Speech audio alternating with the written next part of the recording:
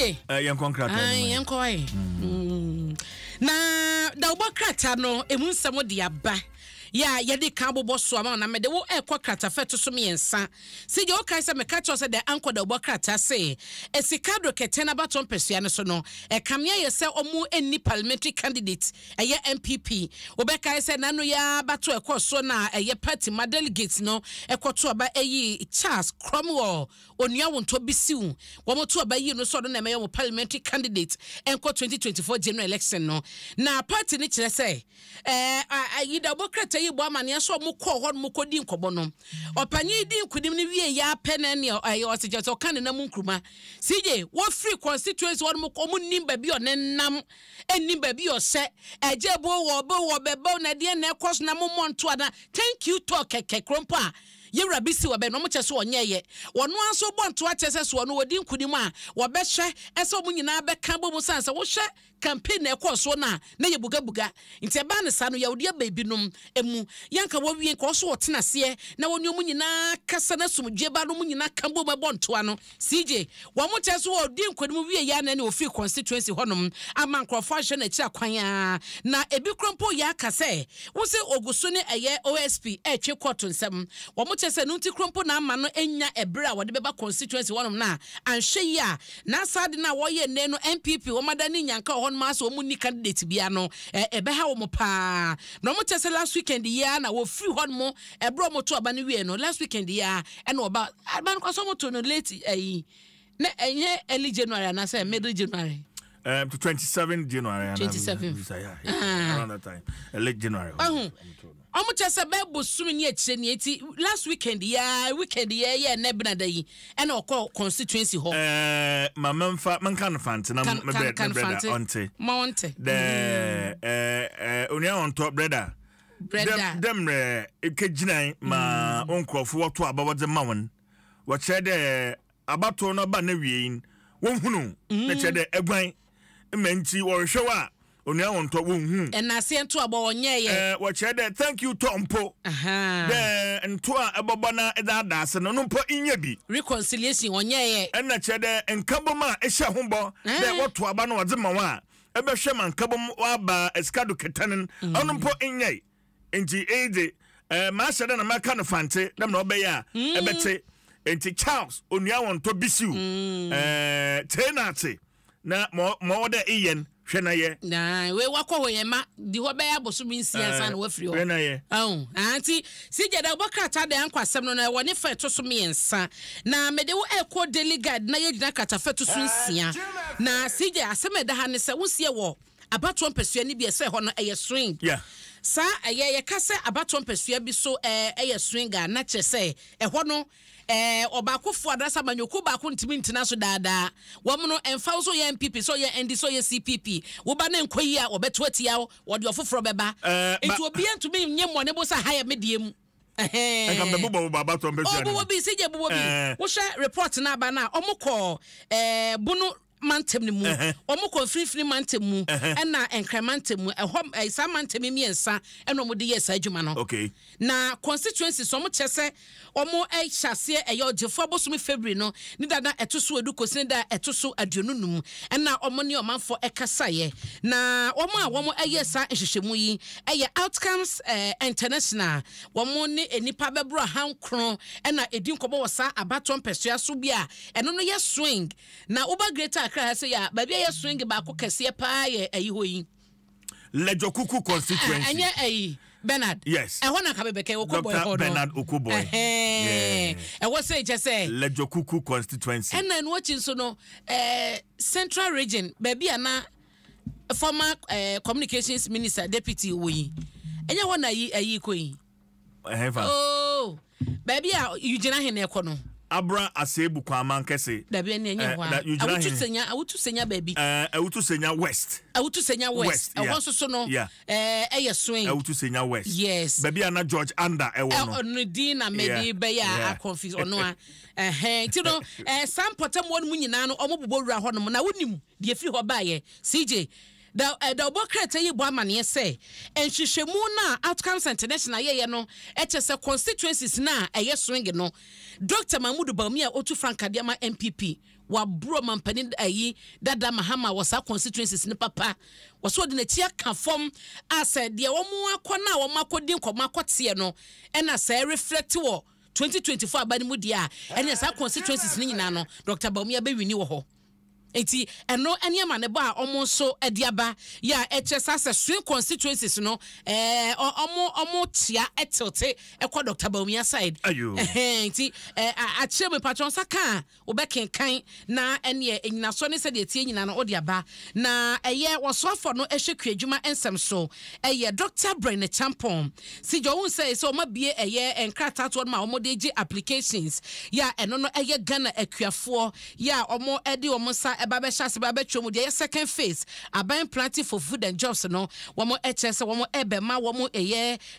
bibi kakra na womo de ahyase edi omo dwuma na bibia atotoye ama wom tie no eho asem so no daily guide acheche mu nyina e wo ha sei second phase no womo chese eye ni breso ene ahoden so na de o hwe nyina to mu nyina betumi aka bom na omaye dwuma enra asem twofo nhyem na minister yi ede ensemi etudwa eso mu nyina emra meka ho na won tachi na enwie peye na wase ne saso no phase 2 no mo di programs ahodo a eno no strategic elements makomako enum na wo mo ebe hye ye be ma wo mo besi ye credit system no eno eka ho bi eno no ebe ye se wo mo ebe boa na eniema ni bi aka de bi wo mo de be ye kwadwuma no saban ebe tete so kakra subsidy bi be ka wo mo no na eno so account no edoso mpacho wo saka da obokreta ya na wakenkan amame na amame fa wo enko daily graphic da obokreta yi mu na yenyina ne fa etoso miensa asameda ha no nyina ene se ofanko ekonsawom ya sa kwan wo yakoya desoa edema ye mu bi no nyame nko a minimsi bebre no a mu free sampotem ho no mo efri ensawom eba eye dobro eba Hebron satellite shikontele chese amasaman ekwan no so wa wonam so bia kosi se obeba bedru pokwasi interchange no so de enya onkwa mo mpa mo wo John Time potem ho no na akra no efi barrier ho no ba John Time nyina no eka ho bi sije se wo hyem yade so akese papa na abaye ni so de hu so obeye kwan na ekwan no aye world class a akonia ba de be koso jojo na wo sha haide say yi ho ya John Time ho na wo sije de mfodi no mu twae no John Time ho na wo barrier na de ko barrier na wo ko John Time ho no ma twa to hey na de omo wie mu ho eno sa no metia 15 10 minutes 50 10 onso na na no ya ode ba besia udija ba de ho adija yo ampa chawai enkwa ne wo ma meni ja onko ti ba no adija pa chopa kai ni sa na seja wo sha omo kire se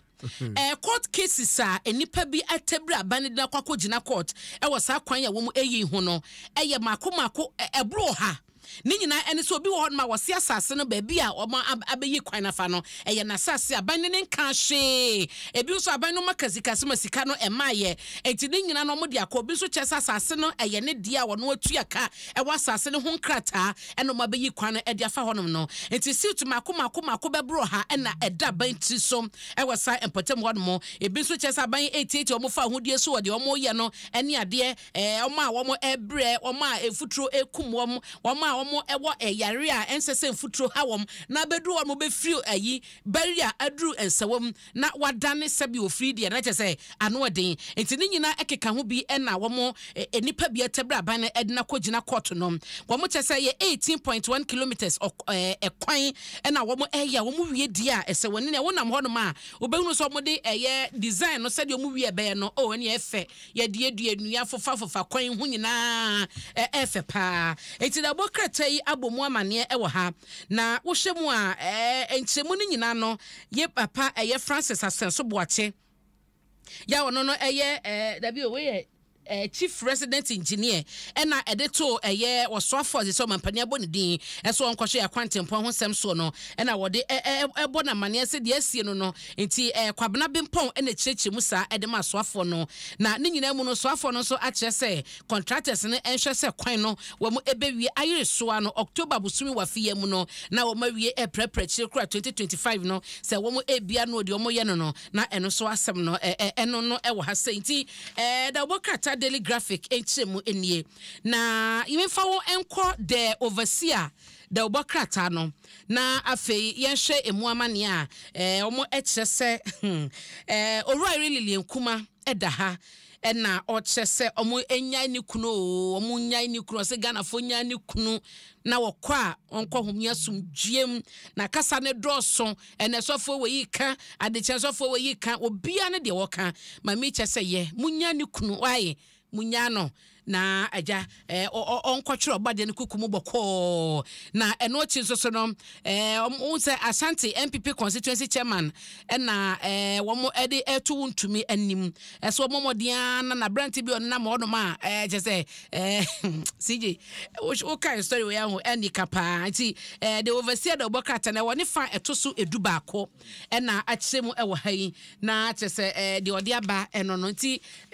mi wia ne sa CJ wie na dia ka no odi atoa so ene adofo pi no aso di birthday kwambia so no ye bekenkan e dia ma wom na Asante regional constituency chairman na mefa ne sa otukwa Asante mantemu a womo eye abaton pesua so ahodo no chairman ni nyina wo MPP mu no na womo ede atudwa ese eye emrase bedwani ana wo adwe so abaton pesua so erajunkuma frɛ wa free mu no eye ya na sɛde nipa bi ekeka nsɛm ene ade no fifi mensa eye nkrato mo de ba bonten ya fifi mensa ono na de ne sa hyase e de ma Ashanti regional caucus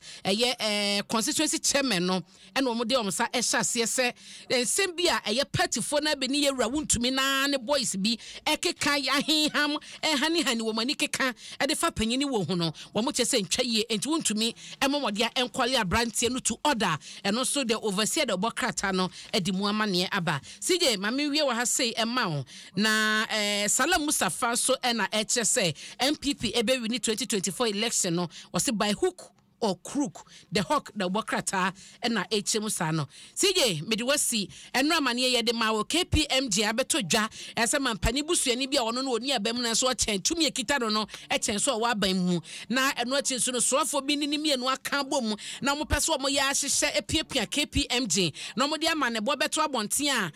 ebesai SMLD na ayi apam ne contract wo mo ne aban tem no aben agye free wo nsem no eno so ho asem de break the obokrata no edi ato ha enti kwaku